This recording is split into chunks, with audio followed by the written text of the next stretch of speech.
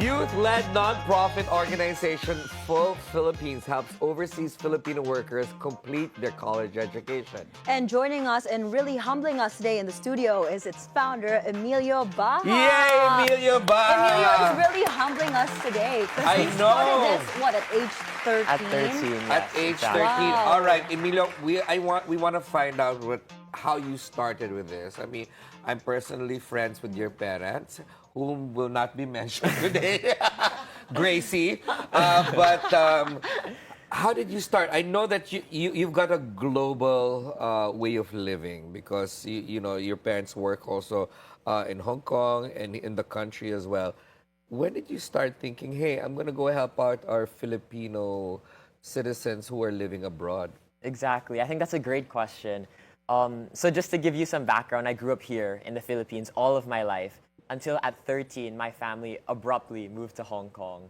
And it was really during this time, even amidst the pandemic, and Hong Kong had some of the has the world's strictest lockdown.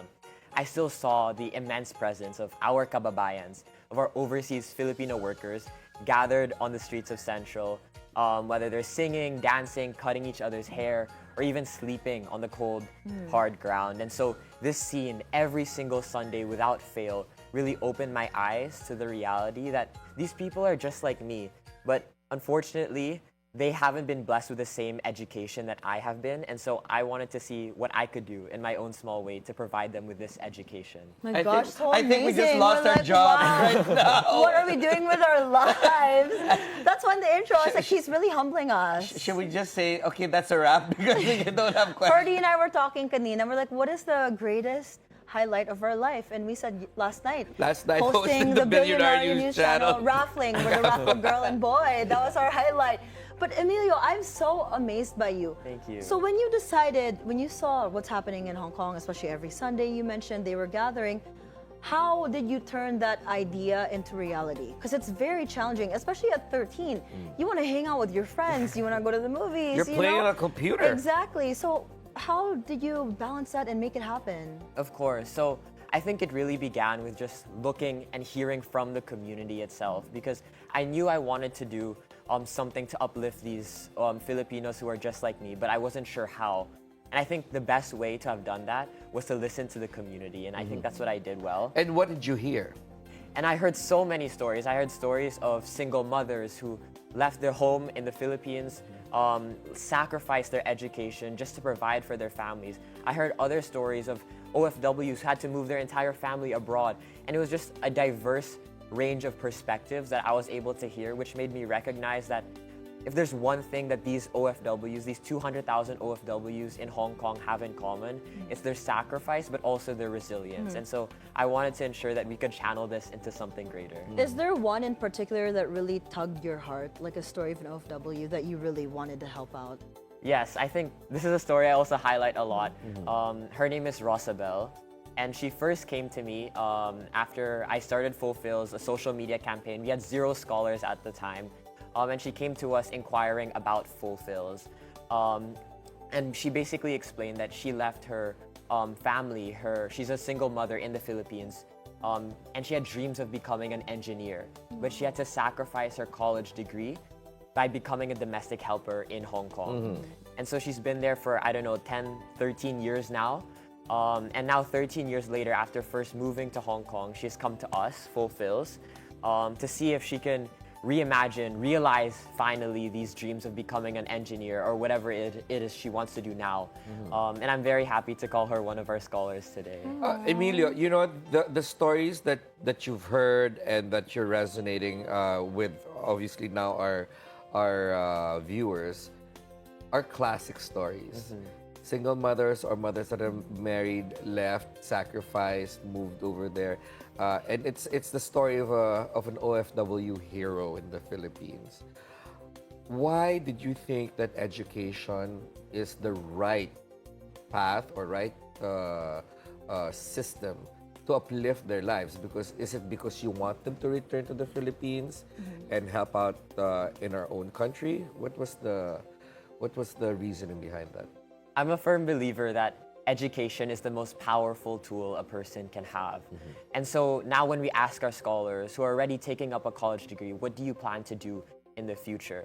Some of them want to come back home here in the Philippines so that they can work while providing for their families.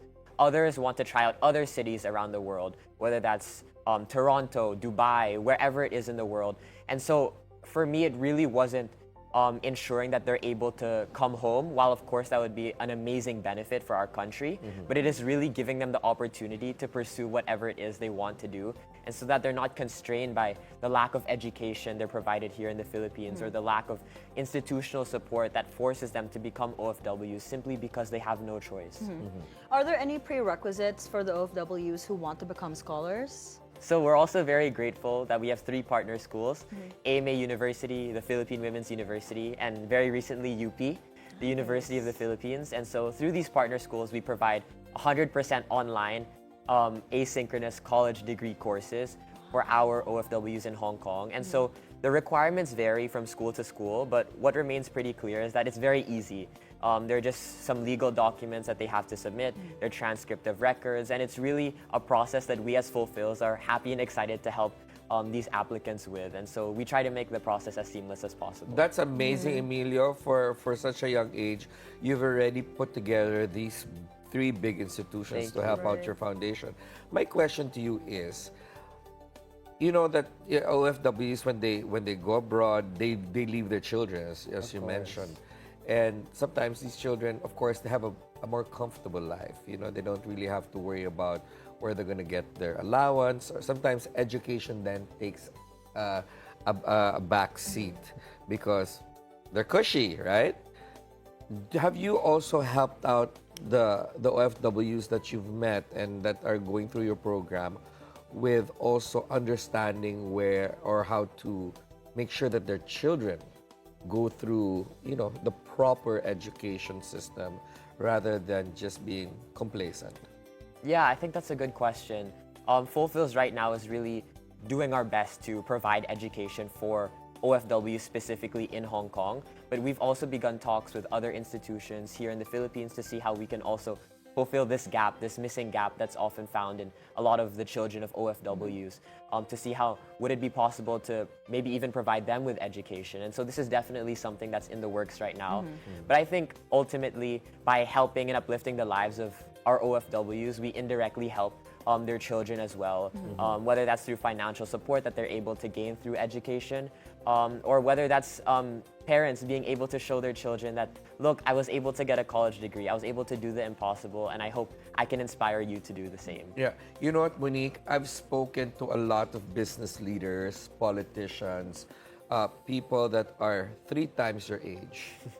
And as an 18-year-old, you are one of the few people that I can say that has given me, in the span of 5 minutes, the most intelligent, most woke way of living. No, seriously, even the way he carries himself, the way he Thank speaks, you. his eye contact, I'm like, wow. I know. Are you It's intimidated? yeah, I was like, I'm nervous. Like, oh my gosh, it's like I'm talking to like the king or the president. Crazy. Exactly. What you It's are such an amazing. inspiration. You know, so like we much. need more people like you, especially the next generation.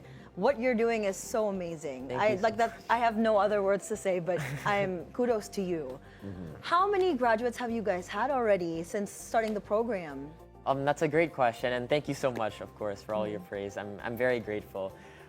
So right now we have 29 scholars, soon to be 30. And I'm very happy to announce that just last month, last November, we had 2 graduates. Oh, congratulations! What were That- your courses? From the Philippine Women's University, taking up a bachelor's in hotel and restaurant management. Nice. Wow. That's That's so wow. sweet. One person that you've helped out is a resounding success of your Thank you so efforts. much. Emilio, do you plan to take this to other places where Filipinos are abound in the OFW sphere? That's a good question. And I guess this is a sneak peek into the future. Right now we're based in Hong Kong and that's our home base, but we're very much open, and we are in the process of expanding to other places in the future, like Singapore, other prominent cities with OFWs in the Middle East, like Dubai. And we're so excited to make these announcements very soon in 2026. Who's So we? excited.